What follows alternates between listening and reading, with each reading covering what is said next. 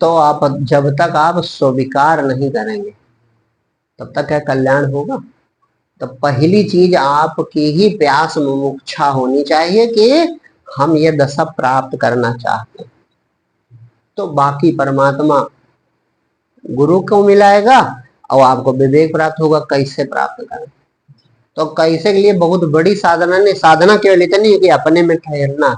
अब कैसे ठहर जाए ये प्रश्न हो सकता है कि हम नहीं समझ पाए कैसे ठहर जाए। ये समझ में आ रहा है? अपने में आप अपने में रह सकते हो कि अपने से अलग जा सकते हो? तो जब अपने में ही हो तो ठहरना का, बस चुप हो जाना और न समझ सको तो बाहरी इच्छाएं, जगत की जो इच्छाएं हैं विषय से सुख लेने की, विषयों में सुख लेने की, सुख भोगने की जो इच्छा है यही हमें बहिर्मुख रखती है। और विषयों में सुख लेके काम सुखी हो सकते हैं। और जो शुरुआत में बताया पराधीनता भी है। भाई विषयों में सुख लेने के लिए हम प्रकृति के अधीन, पराधीन है कि नहीं? तो जो सुख पराधीनता से मिले वो चाहिए आपको। अगर चाहिए तो आप फिर मूर्ख हैं। जो सुख पराधीनता से मिले, गुलामी से मिले, अरे छोड़ो इसे सुख को। पराधीनता अपने आप में स्वयं दुख है, ये नहीं है? फिर कैसे सुख होगा? और तो फिर विवेक पूर्वक छोड़ना चाहिए कि नहीं छोड़ना चाहिए? तो बाहरी विषयों से सुख लेने की इच्छा का त्याग कर दीजिए, एक चीज। और दूसरी चीज, आपके पास जो प्रकृति के संसाधन हैं इनको सेवा में लगा दीजिए। जैसे आपके पास जो शरीर है, जो धन है, जो बुद्धि है, इसके द्वारा ये मान लो कि ये सेवा के लिए मिला है हमको। ये मान लो, एकदम कसम खा लो कि परमात्मा ने हमें इसे सेवा के लिए दिया। तो अपने सुख के लिए कोई कार्य करोगे बस पराधीन हो गए। जैसे अपने सुख के लिए तुमने कुछ किया बस पराधीन हो गए, और दूसरे के सुख के लिए किया बस स्वाधीन हो गए। और स्वाधीन होते ही तुम अपने में पहुंच जाओगे। अपने में तो तुम पहले से हो। तुम केवल इन चीजों, जैसे स्वप्न तुम देख रहे हो तो क्या स्वप्न में फंसे हो? बस स्वप्न में कोई इच्छा है, कुछ कर रहे हो, उससे हटो, बस जग जाओ। और जगोगे तो पता चलेगा कि फंसे तो थे ही नहीं, है ना? फंसने का भ्रम था। जैसे लिखा है जड़ चेतने ग्रंथि पड़ गई, लेकिन आगे लिखा यद्यपि मृखा, यद्यपि मृखा वो है नहीं गान, लेकिन छूटत कठिन है। छूटना बड़ा कठिन। जैसे स्वप्न में कोई चीज है लेकिन जागना बड़ा कठिन। इसी तरह इस जगत में कुछ भी नहीं है जो तुम्हें रोक सके। तुम अपने में ही हो, बस अपनी ही इच्छाओं के कारण तुम इसमें फंसे हो। तो इच्छा छोड़ दो तो मुक्त हो गए। सुख लेने की इच्छा तुम्हें गुलाम बनाती, बंधन में डालती, और सुख लेने की जैसे इच्छा छोड़ी बस मुक्त हो गए। हमारे पास जो कुछ है उसे हम सेवा में लगा दे, सेवा से त्याग आता है। ये सिद्धांत है, ये सिद्धांत है। सेवा भाव से त्याग पैदा होता है। और सुख लेने की इच्छा भोग है, वो बंधन में डालेगी। और सेवा ले करने से त्याग आता है, और त्याग आते ही एक तीसरी चीज प्रेम आ जाता है। प्रेम किसमें? अपनी चेतना में, अपने आप। ये स्वभाव है। कोई करके देखेगा तो पता चलेगा, सुनने में तो नहीं लगेगा, लेकिन ऐसा है। जो अपने संसाधन को दूसरों की सेवा में लगा देता है उसके हृदय में त्याग आ जाता है। त्याग आते ही मुक्त हो गए तुम। और मुक्त हुए, अपने में बचे तो प्रेम परमात्मा में प्रकट हो जाएगा, प्रेम स्वरूप परमात्मा प्रकट हो जाएगा। दूसरा जैसे इच्छा रहित हुए उससे भी त्याग आ जाएगा। जैसे इच्छा रहित हुए बस अपने स्वरूप में पहुंच जाओगे। अपने आप यात्रा थोड़े करनी, तुम हो स्वरूप में तो कि अलग हो सकते हो। जैसे किरण अपने में ही तो रहेगी, तो इसी तरह तुम स्वरूप में ही हो, बस स्वरूप विस्मरण है ना? जिससे आदमी स्वप्न देख रहा है उस समय भी तो कमरे में 4-5 सो ही रहा है कि अलग चला गया। अलग जाने का भ्रम है। इसी तरह हमें भी संसार में होने का भ्रम है। सचमुच में जब हम स्वप्न देख रहे हैं फिर भी परमात्मा में ही हैं, फिर भी ईश्वर में ही हैं। तो प्राप्त करने का तरीका यही कि जो चीज पहले से प्राप्त है उसकी याद आ जाए, ये कुछ प्राप्त करना है। और याद आने का तरीका यह है कि जो उस समय देख रहे उसे झूठा मानो तो याद आ जाए। भाई जो सुख स्थिर भी नहीं रहेगा, अभी इंद्रिय शिथिल हो जाएंगी, बुढ़ापा आ जाएगा, सुख भोग की इच्छा बचेगी, का कामना पूरी होगी। और अभी भी जो प्राप्त है वो गुलामी है, पराधीनता है, तो क्या उसमें फंसना चाहिए? हाँ, दूसरे सुख के लिए कुछ करो तो वो त्याग है और वो सेवा है और वही प्रेम है। अपने आप परमात्मा में प्रेम प्रकट हो जाएगा, और जैसे प्रेम प्रकट हुआ परमात्मा की प्राप्ति हो जाएगी। तो कितना सरल है। बस इच्छा रहित होना ही निर्वाण है। यहां तक लिखा कि इच्छा रहित होना ही निर्वाण है। जैसे इच्छा रहित हुए बस परमात्मा की प्राप्ति हो गई। दूसरा एक और साधन है कि जिसने संसार को त्यागा, ये दुनिया से तो किनारे है लेकिन परमात्मा को नहीं जानता, तो उसके लिए साधन ये है कि परमात्मा कोई जड़ वस्तु नहीं, चेतन नहीं, परमात्मा तत्व है। तो केवल प्रार्थना से भी, जिसको कोई ज्ञान नहीं, कुछ नहीं जानता, लेकिन सिर्फ प्रार्थना करे कि हे अंतर्यामी परमात्मा कृपा करो और मुझे अपने में मिलाओ या मेरा अज्ञान दूर करो, तो वह चेतना सब कर देती। यह भी संतों का अनुभव, शरणागति भाव। लेकिन वो वही करे जिसके अंदर संसार ना हो। संसार की इच्छा तो छोड़ो, वो संसार से किनारे ही है, संसार का कुछ नहीं चाहता, प्रकृति से कुछ नहीं चाहता।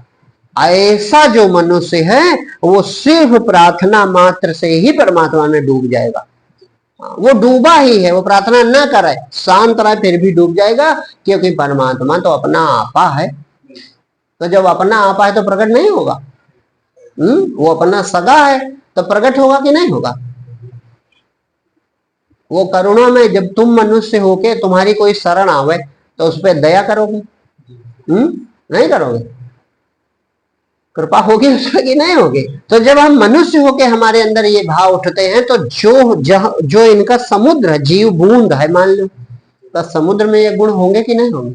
और कितने होंगे? अनंत होंगे। जब परमात्मा अनंत है तो उसमें ये जो उसका स्वभाव है वो अनंत गुणों वाला होगा। गुण कहे भी नहीं जाते, गुण दुनिया की चीजों को कहा जाता, सतोगुण रजोगुण तमोगुण इन्हें गुण कहा जाता, वो स्वभाव है परमात्मा का, ये भी समझो। हाँ, नहीं इसमें भी फंस जाए। गुण कभी कभी हम गुण भी कह देते हैं, है ना, तो लोग तर्क करने लगे कि परमात्मा तो गुणातीत है ना। तो सतोगुण रजोगुण तमोगुण इन त्रिगुण में जो भगवान की माया, इनसे अतीत है। लेकिन वो जो दया है, करुणा है, प्रेम है, शांति है, क्षमा है, ये परमात्मा का स्वभाव है। स्वभाव माने ये चीजें उसमें ही है पहले से, जितना करना। हाँ, वो स्वभाव है, वो उसमें है। जैसे सूरज में प्रकाश और ऊष्मा दोनों चीजें क्या है? उसका स्वभाव है। वो गुण नहीं कहा जाएगा, अलग से नहीं है, वो स्वभाव है। इसी तरह परमात्मा करुणा सागर है, दया का सागर है, शरणागत वत्सल है, आनंद स्वरूप है। तो ये उसका स्वभाव है, परमात्मा ऐसा है। और जीव उसी का अंग है, जीव उसी का अंश है, जीव उसी के किरण है। तो जब वो देखेगा सर्वथा मेरी शरण, तो मिला लेगा कि नहीं मिला लेगा? मिला लेगा। जैसे अभी जो शुरुआत में बात आई कठोपनिषद वाली, तो वहां पर भी नचिकेता अंत में बहुत प्रसन्न होता आत्मज्ञान होने पे, और जब प्रसन्न होता है तो वह कहता है यमराज से, कहता है गुरुदेव ये जो आत्म बोध है ये बड़ा अद्भुत है, और ये सबको प्राप्त हो जाए तो संसार से दुख समाप्त ही हो जाए, तो ये सबको प्राप्त क्यों नहीं हो जाता? नचिकेता कहता, ये अंतिम कठोपनिषद का अंतिम भाग। तो यमराज कहते हैं कि बेटा वह परमात्मा उसे प्राप्त होता है जिसका वह वर्ण करता है। वर्ण करता है माने चयन करता है, जिसको चुन लेता है, उसके हृदय में वह परमात्मा प्रकट हो जाता है। अब ये बात कठिन बन गई सुनने में, जो हम लोग सुन रहे तो यही लगेगा परमात्मा जिसका चयन करे। तो नचिकेता तुरंत फिर पूछता है, कहता है कि गुरुदेव फिर वह परमात्मा सभी का चयन क्यों नहीं कर लेता? तो जो यमराज उत्तर देते हैं बस वही हम सबका उत्तर है। यमराज ने कहा कि बेटा वह परमात्मा चयन जिसका करता है उसके हृदय में प्रकट होता है, ये बात सत्य है, लेकिन इससे भी बड़ा सत्य एक और है कि वह चयन उसी का करता है जो बेटा तुम्हारी तरह इस लोक के अन्यान्य लोकों के भोगे हुए और न भोगे हुए समस्त विषय भोगों को सूखे तिनके की तरह नीरस जानकर त्याग देता है। यह परमात्मा उसी का चयन, बस इतनी सी बात है। परमात्मा तो आपका हमारा चयन कर ले और खुद ही प्रकट हो जाए।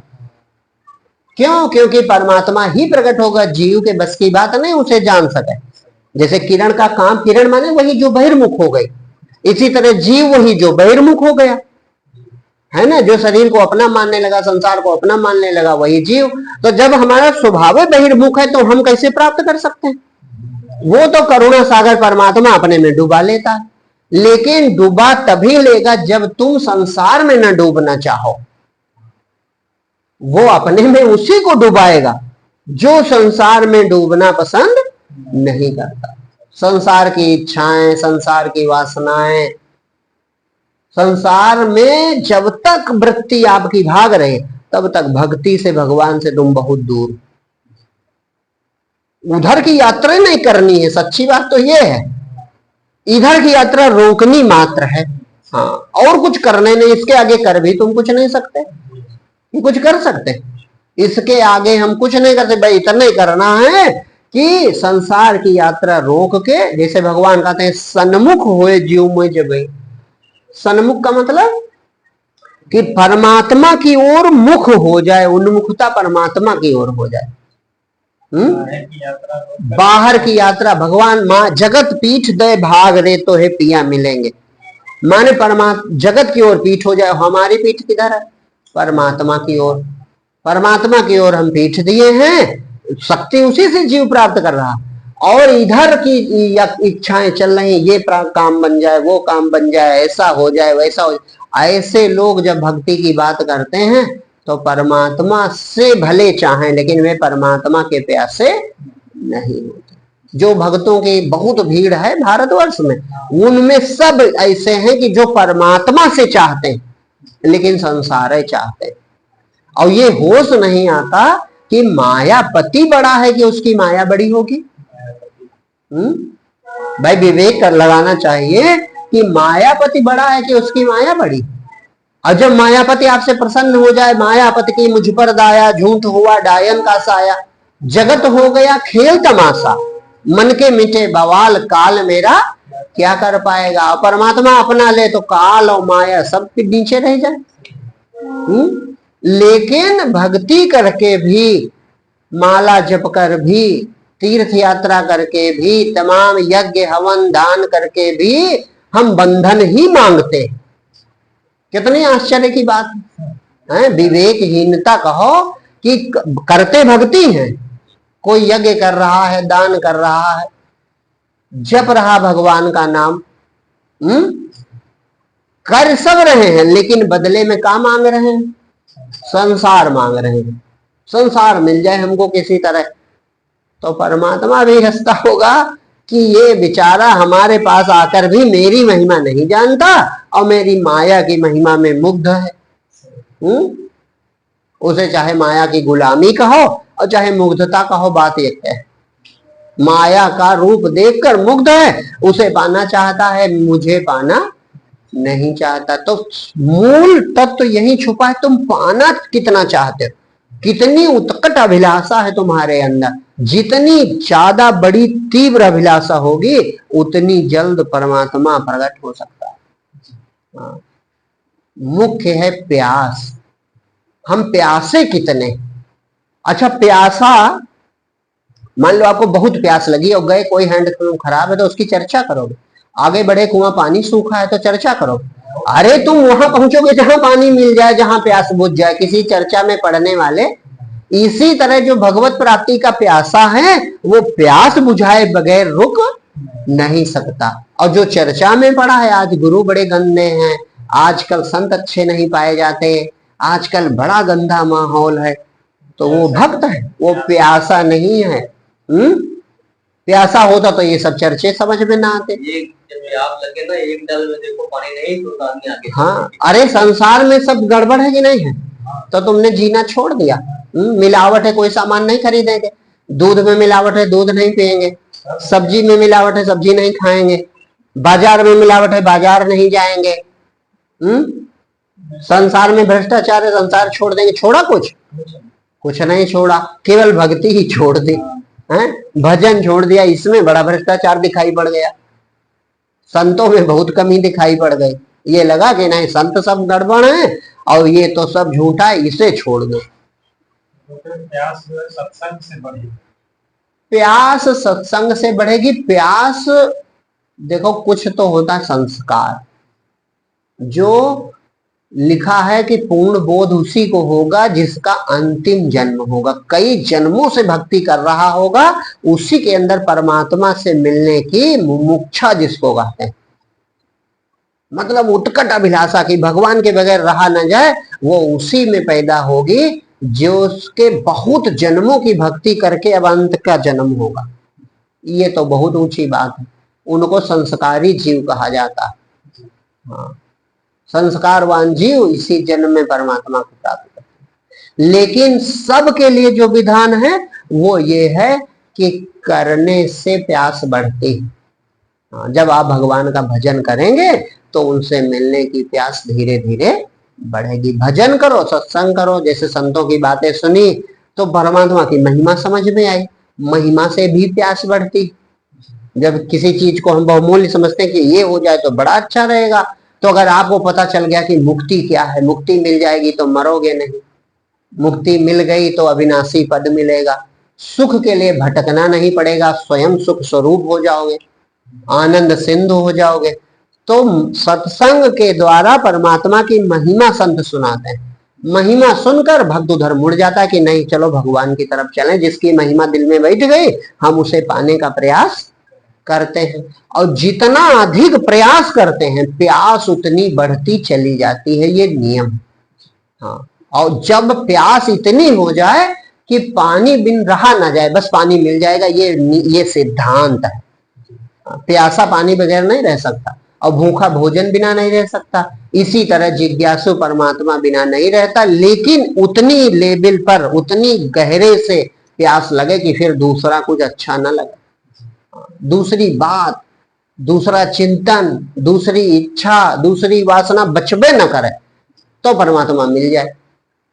ऐसा जब हो जाए, और ऐसा होगा तभी जब निरंतर सत्संग और अभ्यास, परमात्मा से मिलने का जो भी तरीका सुना है, नहीं कुछ तो शांत ही बैठे हो, प्रभु तुम ही हो हमारे हृदय में, तुम कृपा करोगे तो हम आपको पा सकते हैं। ये सच्ची प्रार्थना है और सच्चा मार्ग है, क्योंकि हृदय परमात्मा है, जानो चाहे ना जानो। तो जो निरंतर ऐसा करेगा तो प्यास बढ़ती चली जाएगी, और प्यास के अनुरूप ही परमात्मा प्रकट उसे होना है, वो प्रकट हो जाएगा, वो चुन लेगा तुमको कि ये मेरा सच्चा भक्त है, देखो मुझे ही पुकार रहा है और दुनिया में नहीं जा रहा, दुनिया में नहीं जाता है, अकेले में भी मुझे पुकारता है, अपनी इच्छाएं नहीं रखता। परमात्मा तो अंतर्यामी है, तो जब अंतर्यामी तो तुम्हारा हृदय जानता, हमारा हृदय जानता, तो हृदय से जब उसे याद करोगे तो वो दया नहीं करेगा। हृदय से प्यास होगी तो पूरी होगी कि नहीं होगी? बस हृदय से प्यास हो, हृदय से संसार में कुछ और हम चाहते हैं दुनिया की चीजें, करते हैं भक्ति, तो काम कैसे बनेगा? तो नहीं बनेगा। काहे? कुछ ना कुछ कपट अंदर है ना, चाहते कुछ और है, कहते कुछ और हैं, तो फिर काम नहीं बनेगा। तो फिर खुल के वही कर लो अभी।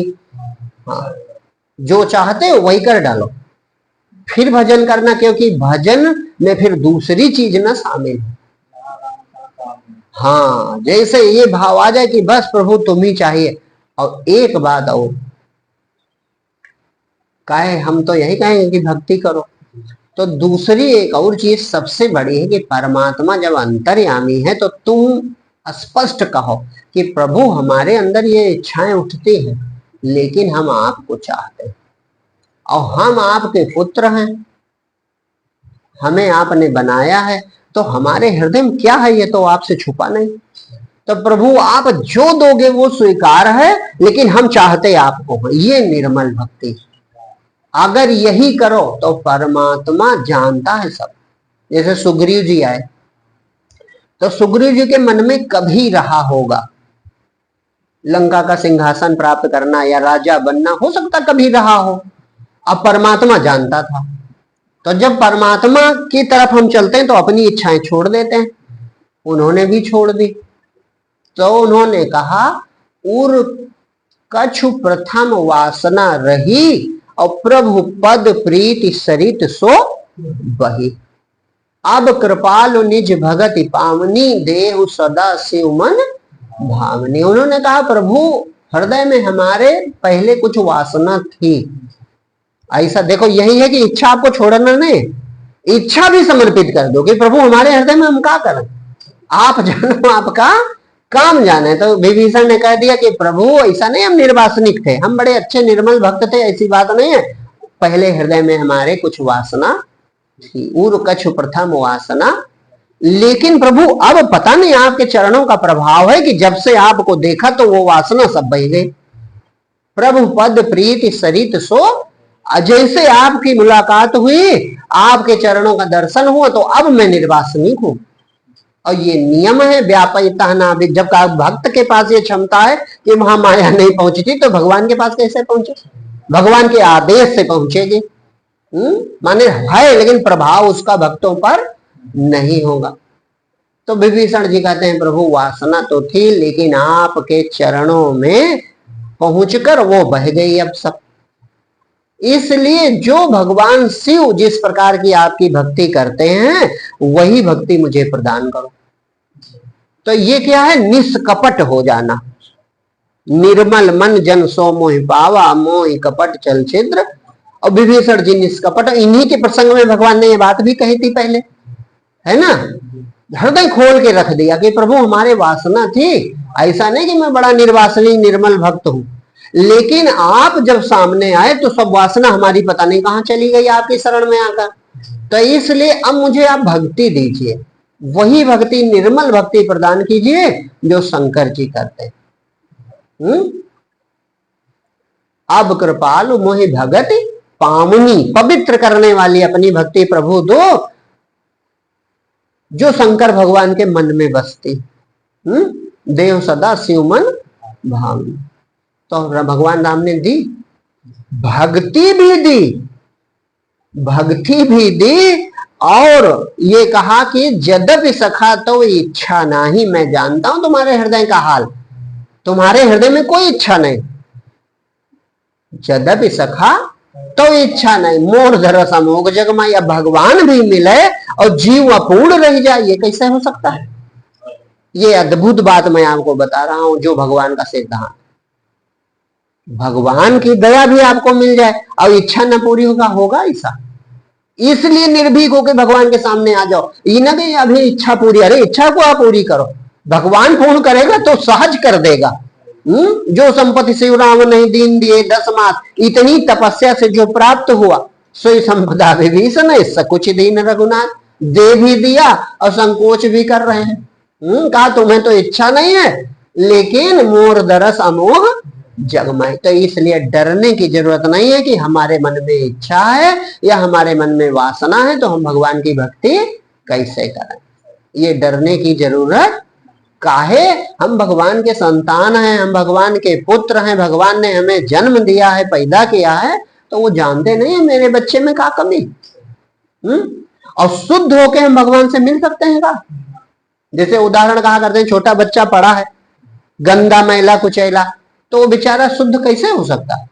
इसी तरह हम भी वासना में और इच्छाओं में, संसार में, अज्ञान में फंसे पड़े हैं, तो कहा हम शुद्ध हो सकते हैं?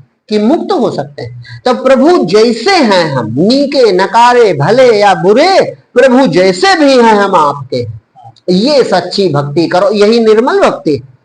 इसी को निर्मलता कहते हैं कि हृदय खोल कर रख दो कि प्रभु हमें जो कामना है, जो वासना है, जो इच्छा आपसे छुपी नहीं है, लेकिन फिर भी हम आपको चाहते हैं, कहा प्रभु हमें नहीं मिलोगे। अगर ऐसा भाव आ जाए तो तुम देखोगे परमात्मा स्वयं निर्मल कर देगा, तुमको शुद्ध बना देगा, पूर्ण भी कर देगा और अपनी भक्ति भी देगा। देगा कि नहीं देगा? सबके साथ ऐसा हुआ है।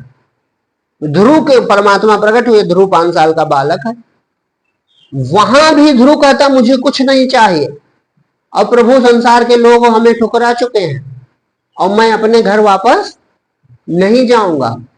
पिता लाचार है, मेरी माँ लाचार है, और मेरी जो छोटी माँ है वो मुझे पसंद नहीं करते, ऐसी दशा में हम घर वापस।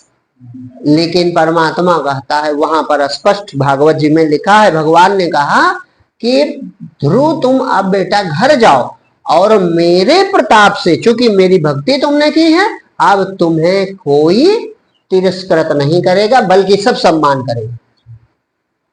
तो यही हुआ। राजा उत्तानपाद सेना सहित खोजने आ रहे थे, रथ लेकर के, रथ पे बिठा के स्वागत करके ले गए, और सुरुचि सुनीति दोनों प्रेम करने लगी। और ध्रुव ने बाद में 36,000 वर्षों तक शासन किया। तो की तो उसने परमात्मा की भक्ति, लेकिन भगवान ने इच्छा भी पूर्ण कर दी कि नहीं कर दी? सुग्रीव जी के साथ यही हुआ, इच्छा पूर्ण कर दी कि नहीं कर दी? तो ये निश्चिंत रहो, ये डरने की जरूरत नहीं। हम अच्छे कैसे बन सकते हैं? हम जैसे हैं वैसे हैं, अच्छे हैं तो ठीक, और बुरे हैं तो ठीक, कमियां हैं तो ठीक, वासना है तो ठीक, और निर्वासनिक है तो भी ठीक। बस निर्मल होके भगवान के सन्मुख हो जाओ, भगवान से कहो प्रभु हम आपके हैं, आप हमें अपना लो, और जो कमी है दूर करना आपका काम। हमारे हाँ कमी है, पूरा करने के लिए संसार में नहीं भागेंगे। इच्छा है या थी हमारे अंदर, लेकिन इच्छा पूरी करने के लिए हम दुनिया में, तब परमात्मा समर्थ है, वो सब कुछ कर सकता है। ध्रुव राजा बना, बाद में विवाह हुआ, और बाद में 36,000 वर्षों तक शासन लिखा हुआ। ठीक से हमें याद नहीं, शायद 36,000 वर्ष तक नहीं। प्रहलाद बाद में राजा बनता है। उम्र थी 5 वर्ष जब भगवान का दर्शन हुआ, जब नरसिंह भगवान का अवतार हुआ, तो 5 वर्ष का था प्रहलाद। एक इंद्र के शासन काल के बराबर प्रहलाद ने राज्य किया, और बड़ा प्रतापवान राजा हुआ प्रहलाद। तो कितनी बड़ी भगवत कृपा। यानी हमें डरने की जरूरत नहीं है। ये नहीं कि हम शुद्ध होकर तब आवे। प्रहलाद देने भी नहीं ले रहा था।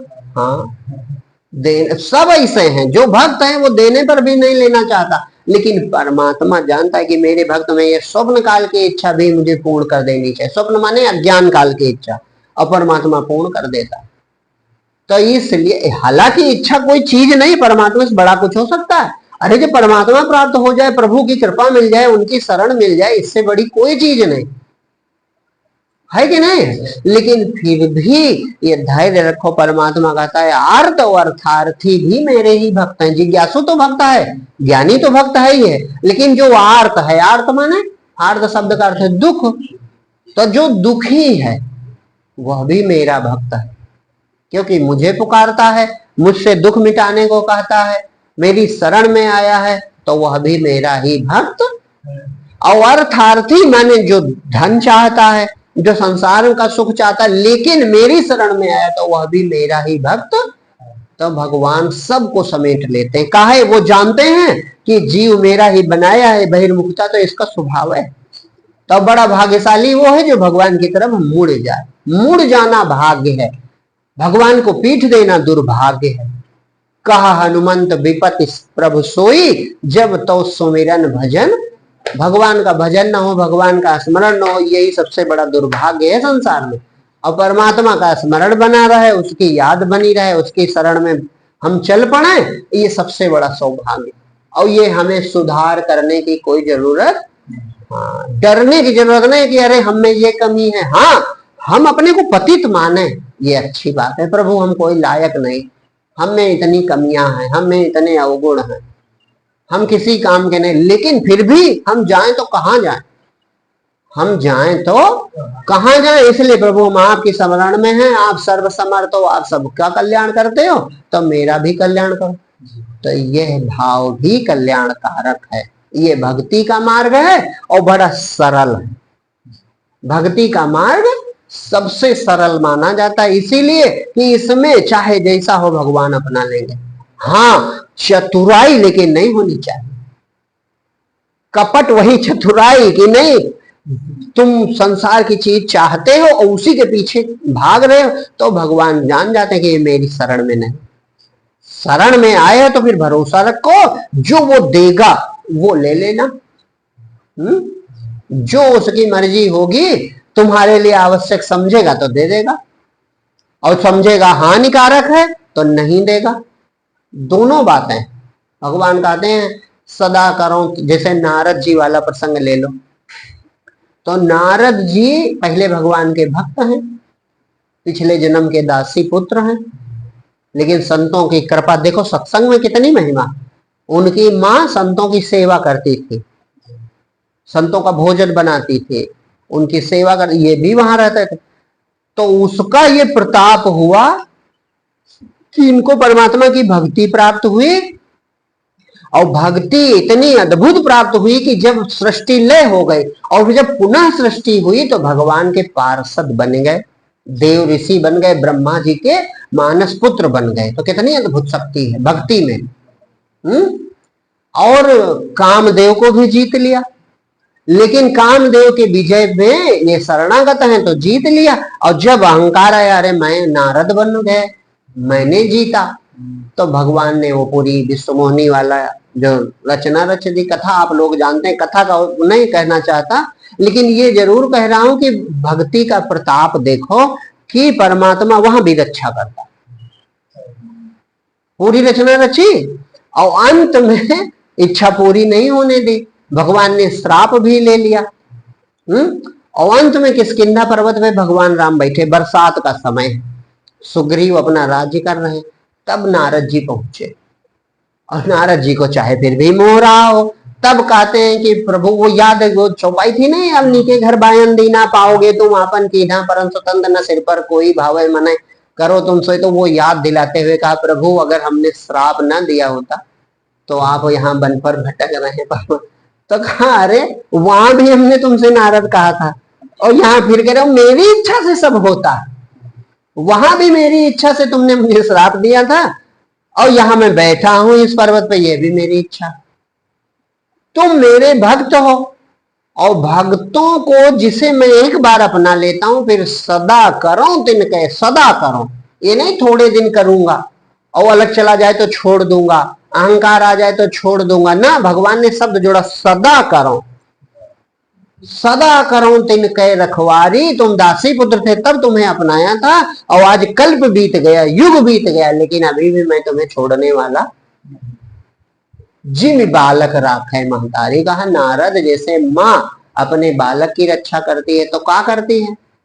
मान लो अंगारा है लाल रंग का, आग, और अंगारा बच्चों को लाल लाल देखने में खिलौना लगता है तो पकड़ने देगी, चाहे जितना रो, चाहे जितना बच्चा फूट फूट के रोवे, लेकिन आग को पकड़ने, क्योंकि माँ को पता है कि रो ले थोड़ा दुख है, और अगर पकड़ लिया तो हाथ जल जाएंगे, बहुत दुख होगा। तो नारद जी सन्यासी के लिए काठक नारी छुअब बड़ दोसु, स्त्री की, लकड़ी की स्त्री भी स्पर्श न करनी चाहिए। तो तुम तो मेरे प्रिय हो और सन्यासी हो, तो ऐसे में तुमको मैं कैसे फंस जाने देता, है ना। बस तुम्हारा अहंकार मिटाना था कि मैं विश्व विजेता, काम विजेता हो गया, वो ही हटाना था, वो हट गया, और बाकी मैंने तुम्हारी रक्षा की थी। तो कहने का मतलब परमात्मा जो इच्छा पूरी करे तो खुश रहो कि उसकी मर्जी होगी तो दिया, और अगर ना पूरी करे तब भी खुश रहो कि उसमें कोई मेरा हित छुपा होगा। जैसे नारद जी का हित छुपा था, है ना, वे शरण में थे, जय विधि होए नाथ हित मोरा, करो सो बेग दास में तोरा। तो कहा ठीक है नारद, जय विधि परम हित, उन्होंने कहा जयविद हुए नाथ हित मोरा, तो कहा नारद जयविद परम हित होई सुनो तुम्हार, कोई सोई मैं करब ना अन्यथा बचन न रखा हमार। कहा वही मैं करूंगा जिसमें तुम्हारा परम हित होगा। भगवान ने परम हित किया। तो ये शिक्षा कहाँ मिलती कि हमें जैसे हम हैं, कोई इच्छा उठ रही है तो, कामना उठ रही है तो, वासना उठ रही है तो, वैसे भगवान की तरफ हो जाए, है ना। और कहें प्रभु जैसा मेरा कल्याण हो वैसा करना। फिर क्या करना है? फिर राजी रहना है हमको, जो भगवान देंगे उसमें राजी रहना है। अगर उस इच्छा के, जैसे विभीषण की इच्छा पूर्ति से कल्याण था, पूरे पुलस्त्य वंश का कल्याण था, तो भगवान ने पूर्ण कर दी कि नहीं कर दी? सुग्रीव की इच्छा पूर्ति से कल्याण था वानरों का, तो पूरा किया कि नहीं पूरा किया? तो अगर आपकी इच्छा से लोक कल्याण, आपका कल्याण, समाज का कल्याण होगा तो भगवान वो कर देगा। और अगर आपकी इच्छा से हानि होगी तो नहीं करेगा। हमें दोनों में राजी रहना है, यही शरणागति में मूल बात है। नहीं तो तुम फिर शरणागत नहीं हो भगवान के, तुम तो अपनी इच्छाओं के भक्त हो गए। ये नहीं हो गए भाई। मांगने से मिल जाए, मांगने से काम बन जाए तो दुनिया मांग के काम बना ले, नहीं। शरणागत हो जाओ, प्रभु हमारे ये इच्छा है, हम में कमियां, हम ऐसे, लेकिन हम हैं आपके। अब जो आप दोगे वो हमें स्वीकार है, जैसा रखोगे वो हमें स्वीकार है। ये शरणागति है। माने फिर नहीं, एक बार जब आए जिस समय भगवान की शरण ली, उस समय तो हृदय जान गया ना क्या क्या है। अब दोबारा हमें कुछ नहीं कहना, अब केवल उसका भजन करना है, उसका स्मरण करना है, और अपने जो प्राप्त है उससे समाज और संसार की उसी का रूप मान के सेवा करनी है। बस दो ही काम। बाह्य प्रकृति से सेवा भाव रखो, घर परिवार परिजन समाज जो हमारे इर्द गिर्द हैं, तो ये समझो ये शरीर मिला, साधन मिला, तो इससे सेवा हो जाए।